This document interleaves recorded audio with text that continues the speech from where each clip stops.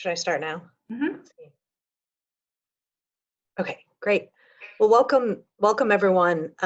Thanks for joining us today on for a virtual green building tour to celebrate this year's Earth Day. My name's Emily Andrews. I'm the executive director of the Missouri Gateway chapter, and our goal is to make every building a green building.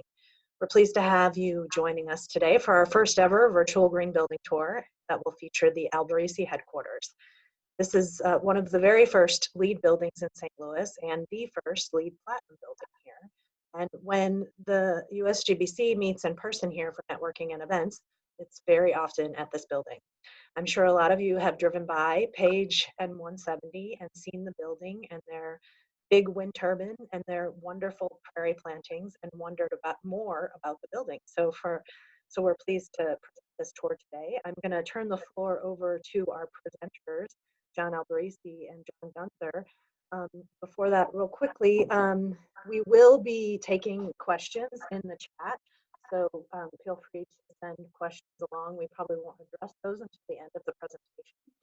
And if you need a better view of the presentation, which is going to be shared by our presenter, you can minimize the chat and presenter boxes so you can just get a better picture there. So first, we're going to hear from John Alberici, who's the chairman of the board for Alberici Corporation, and then we'll hear from John Gunther, who is a AIA fellow and lead AP and served as the architect on the Alberici headquarters. So John Alberici, take it away. Thank you, Emily. It's great to be with you this afternoon, and it's a wonderful day here.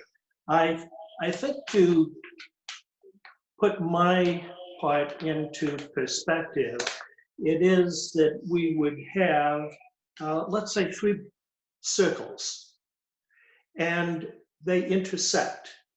And the top circle is nature with all of its beauty and bounty that has all of the building blocks that we need to sustain us in life. Then in the lower left box, we would have science and engineering and design, and that has the ability to decipher all of the elements that are part of nature and use them with the forces and the structures that we need in order to provide everything within our needs. Then in the third box, that is where I spend my time as a constructor.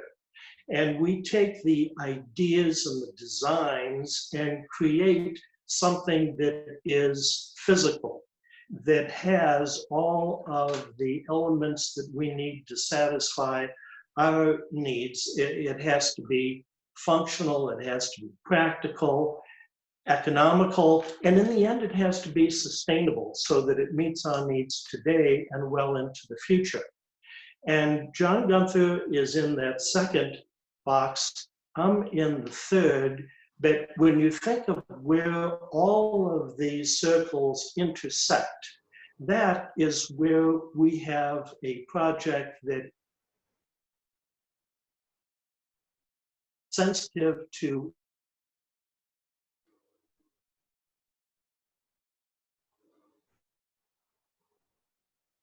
have at our disposal that makes the least impact on nature itself. So I think that I'll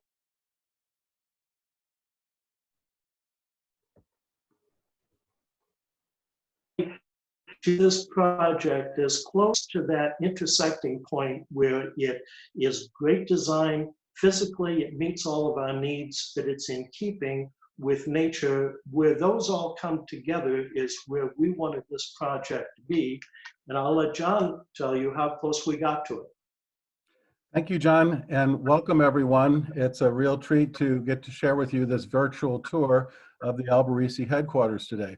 The building that you see at Page and 170 is their new headquarters as of 2004. Originally, their headquarters were at Keeneland on multiple floors and with multiple private offices. And as they were looking at outgrowing the existing location, they faced expansion. The decision was made to search 45 different locations, and this was the site that Alberici constructors chose at page 170. As you'll note, it looks quite different today in this photograph than it does today. This was the site of a former metal manufacturing company and their headquarters building, a 3-story brick building. It was transformed and adaptively reused into the building that you know today. And here you see an aerial view upon its completion with its ponds which absorb stormwater, with its wind turbine, solar collector, and the offices for the employees on the southern portion of the building, along with a new sawtooth addition which orients the building due south, and to the north, a parking garage underneath the existing roof. And this is the view that you see it currently if you could fly over it with its magnificent native prairie landscape. Originally, this is how the building looked when we began work. This is the southern bay, 90 feet wide, 495 feet long, and 25 feet high to the underside of the truss. We like to call it a cathedral of steel, and it was very appropriate for the construction company headquarters. It was transformed into this, their new headquarters, a bright, day-lit, airy facility with a new mezzanine added halfway up at about 14 feet above the floor. All very brightly painted white with a wonderful luminescence, and also great teamwork, fostering teamwork through the 3 atria that are inside. So again, this is our goals of the project. It was to be LEED Platinum. John Alberici didn't hesitate 1 second to say we need to do the very best we can and think about future generations who will possibly work here someday. The idea of changing the perceptions of the marketplace was important, and doing it on a conventional office building budget was also a major goal. Integrated design, there's many reasons for every idea that you see here. And it was also an aggressive blend of design, build, and performance contracting, meaning that we used off-the-shelf components that anyone could use. We just tried to use them at a higher performing level. LEED, as you know, has many levels, and again, platinum level was our goal, and in 2004, it was achieved with a point total of 52 to 69 points. The scorecard that we applied for, and as you see here, we achieved 60 of 69 points. Everything in green are the points that were achieved. And when it was certified in 2005, it was the highest rated LEED Platinum building in the entire world. To organize our tour, I thought it would be best if we follow the various guidelines, starting with sustainable sites, which Alberici headquarters received 12 of 14 points on this category. In this, we address brownfield development, transportation, stormwater management, reduced heat island effect, light pollution, and native landscaping. So this site, which is 13.59 acres, when seen from above, here are the property lines. There were 9 acres of impervious surface. The building itself was a little over 150,000 square feet. The office space was located in the southern bay to capture the sunlight, the parking in the northern 2 bays, and the 34,000 square foot office building was demolished and used for structural fill. The idea behind this begins with understanding the solar patterns, and also to create a more beautiful site through these 2 water features which control all the stormwater, capture 100% of the stormwater, and also are beautifully landscaped with native plantings. This is a view of the south facade of the building upon completion, and you can see the abundant natural daylight which can be admitted through the south-facing windows and with the proper sun shading controls. As seen today, here are one of the ponds that control the stormwater, but also the beautiful prairie grass, 6 acres of Missouri prairie grass, 250 plus Missouri native trees, and 4,200 perennial plants. It is actually now a seed bank for other statewide prairie developments. Another view of that southern pond. And here's the northern pond north of the garage structure. And again, when seen from above, you can appreciate the reflective white roof that, reduces the heat island effect. And importantly, we took away the parking lots and all the cars under northern 2 bays to the left. So this is what the garage structure looked like when it was first completed. And as one approaches, you arrive between the office building to the left and the garage to the right at the courtyard, which is now beautifully landscaped. It's grown up very nicely. Turning into the garage to park, this is what you see here. And of note, as the challenge to keep everything on site and out of the landfills and reuse everything we could, the crane rails are seen here, these white steel beams. Those carried the horizontal cranes that delivered metal products to any part of the factory. They were detached, reattached at the appropriate height to support the concrete T of the garage structure. Here's another view of that beautiful daylit garage structure, which self-ventilates. Also of note, the floor level was made at the same level as the main office building, should Alberici ever need to expand into that space for office space. Water efficiency was also very important, with water efficient landscaping, innovative wastewater technologies, and water use reduction. Alberici scored 5 out of 5 in this category. Of note, that beautiful landscaping is drought resistant and does not need an irrigation system. It also is very efficient in terms of maintenance, saving the owner quite a bit every year. Also, rainwater is captured from the garage roof into this 38,000-gallon underground cistern. It's in a depression area here where the train tracks used to come in with the raw materials. Rather than simply fill it up, we created a cistern to hold the water. And this is used not only in the HVAC system's cooling tower, but also eliminates all potable water for sewage conveyance.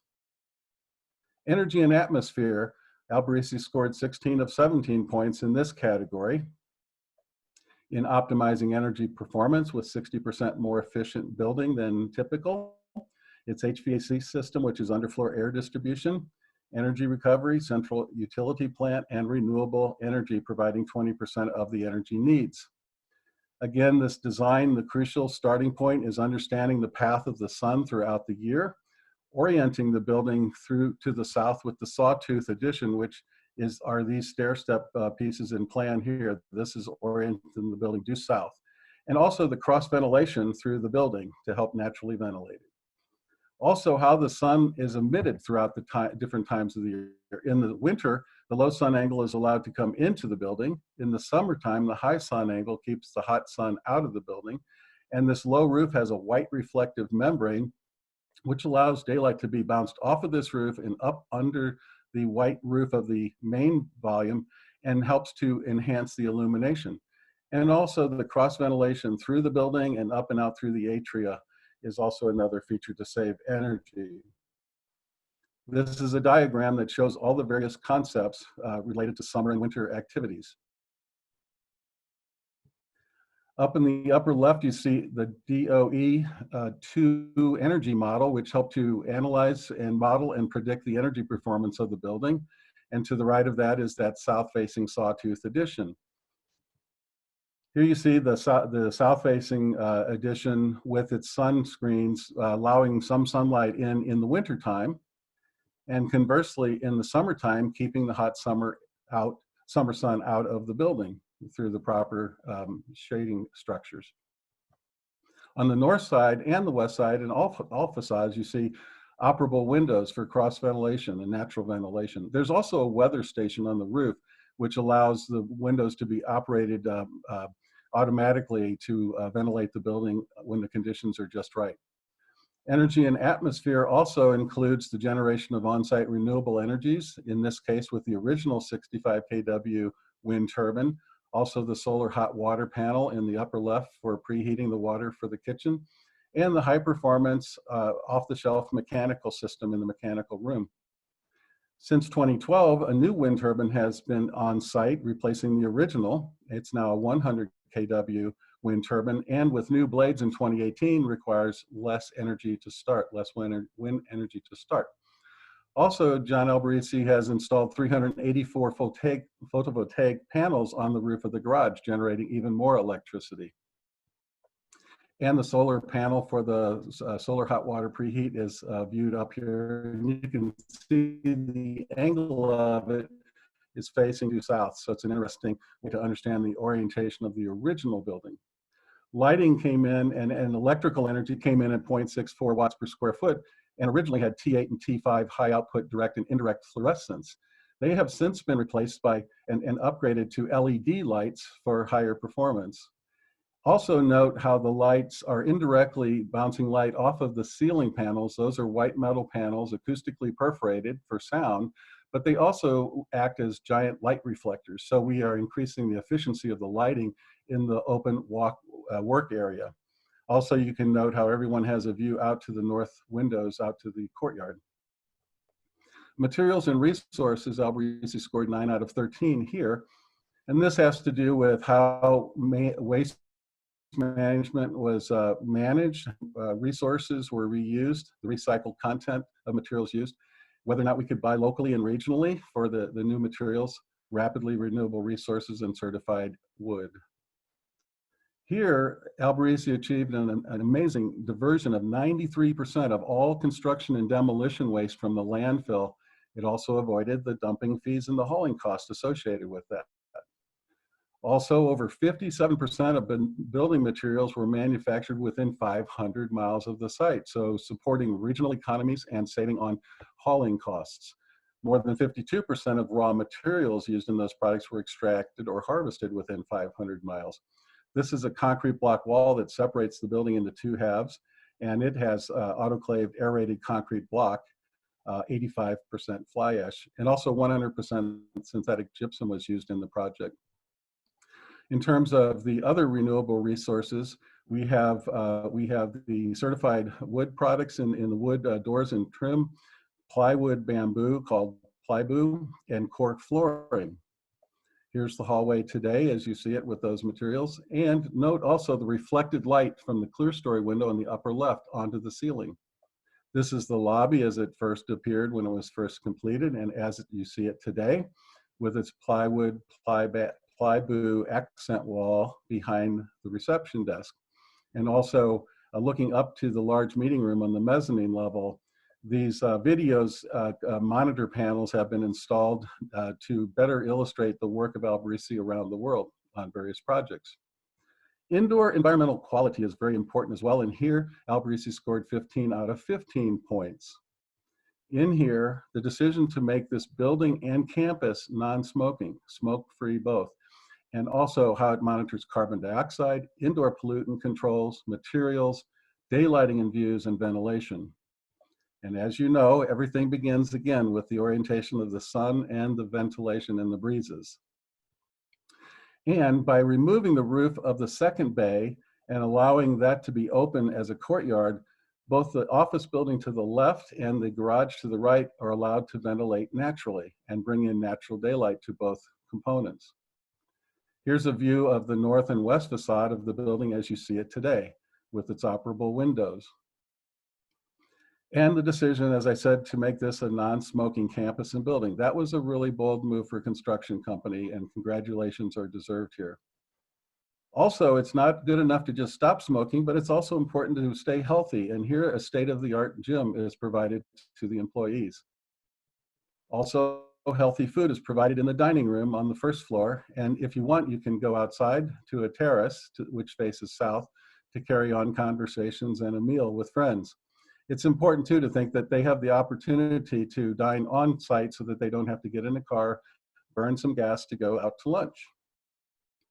Also in the copy centers, they are all kept within rooms and ventilated directly to the outside to manage the various chemicals and printing operations that occur within these kinds of operations.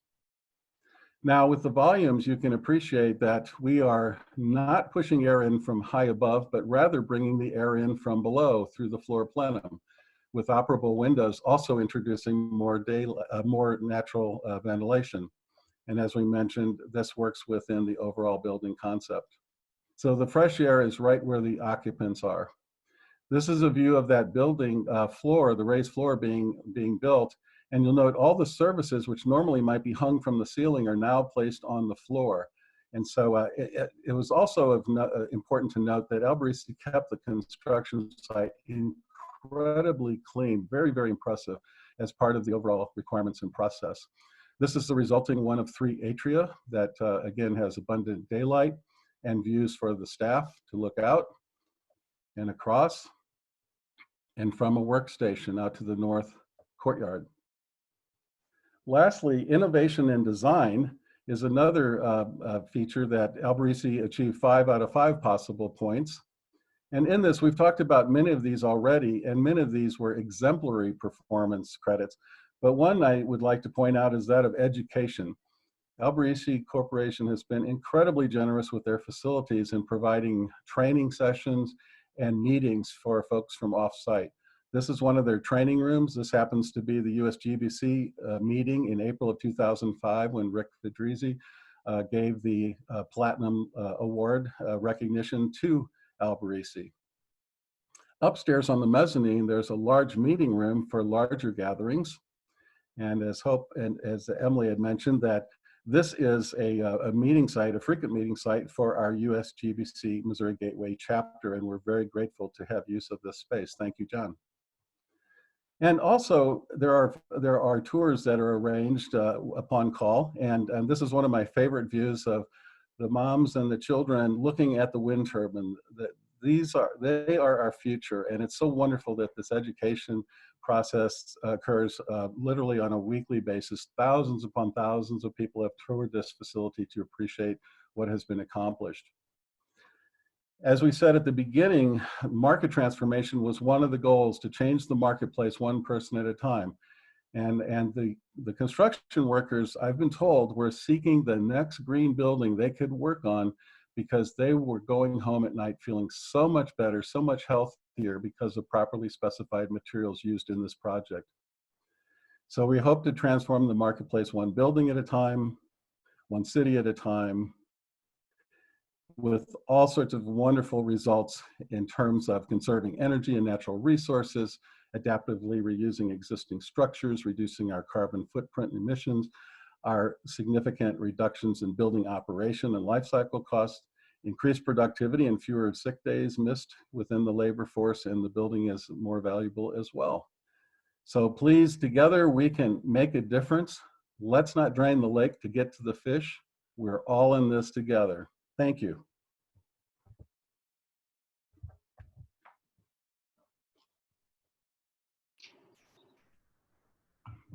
So we welcome any questions at this time if you want to enter those into the chat function. There is also a link that you can find in that chat function to an article that John Gunther recently wrote detailing this project in particular, and that appears in the spring edition of High Performing Buildings magazine.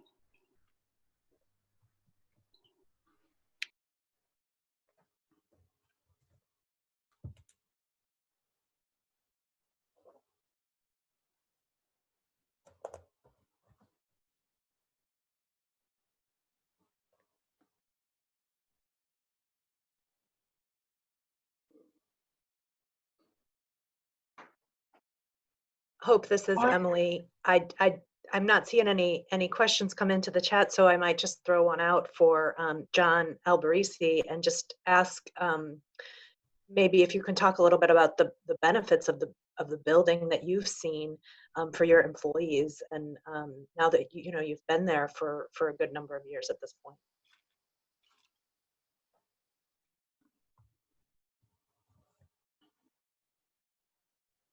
Let's see. There you go. I just unmuted you, John.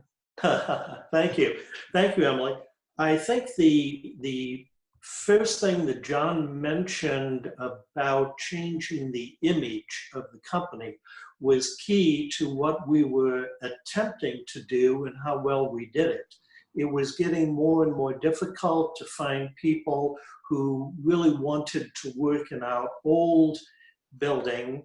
And it's not just that it didn't have all of the daylighting and all that. People weren't able to work together. They weren't able to do it in groups. And that is where we really find the genius of what we're doing, by doing it through these groups that have the projects in hand. And so I think changing the atmosphere of the building changed people's attitudes about how they work. Then it's the physical attributes of the building that I think are keeping people more healthy. And certainly, as we're seeing with the current conditions, having the circulation of air and fresh air all through the building so that we're not building up any contaminants is a key thing going forward that we'll be very glad to have. So for all of those, I think changing the image, the physical surroundings, being able to work in these surroundings is key to what makes it so successful. Thank you so much, John. One additional question for you, John Alberici.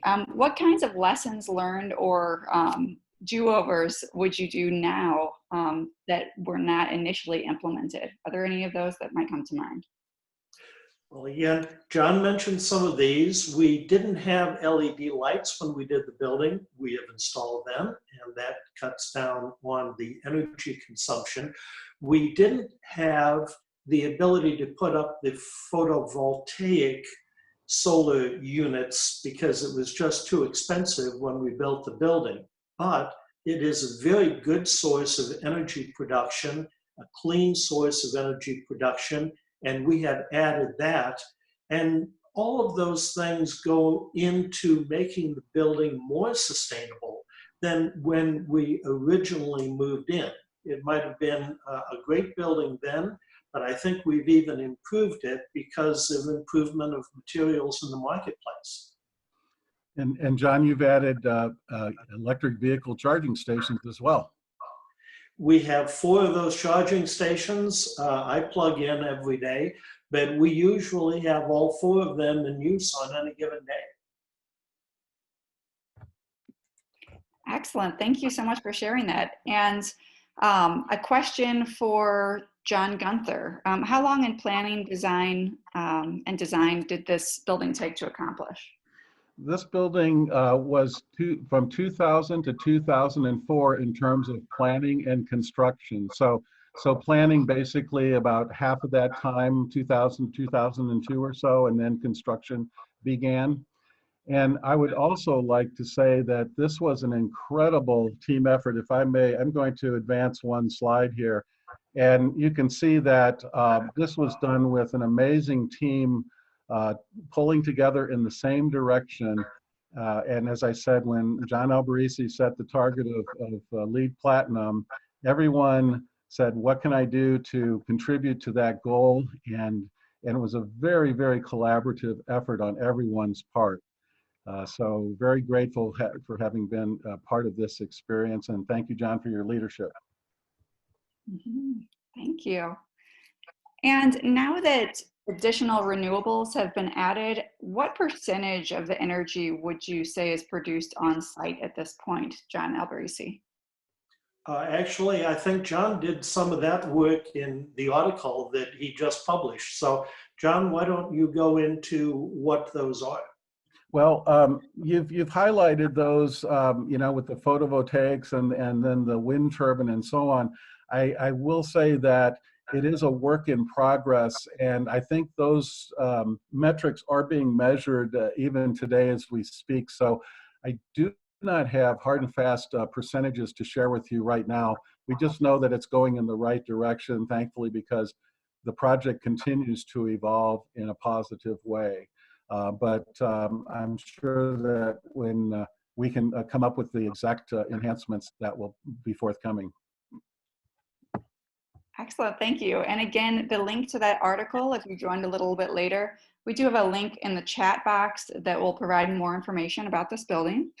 And lastly, before we all log off, if someone on the call is interested in taking a tour of the building once the stay-at-home order is lifted, how might a group or an individual go about doing so?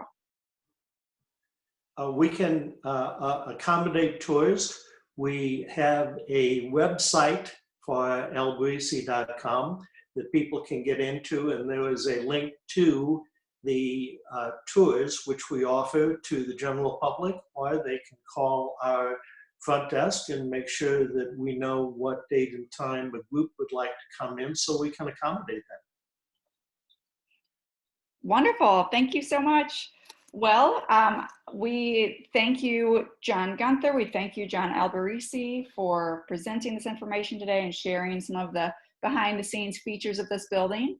Also, on behalf of the U.S. Green Building Council Missouri Gateway Chapter, we do hope that you join us for some of our live events once that stay-at-home order is lifted, because we do host quite a few events at the Alberici building, and that is another great opportunity to get there, gather a feel of the building, and also connect with others who are interested in green building and green communities. So thank you again, and a link to this recording is going to be available on the Earth Day 365 website after today. So thanks again, everyone. Thank you. Thank you.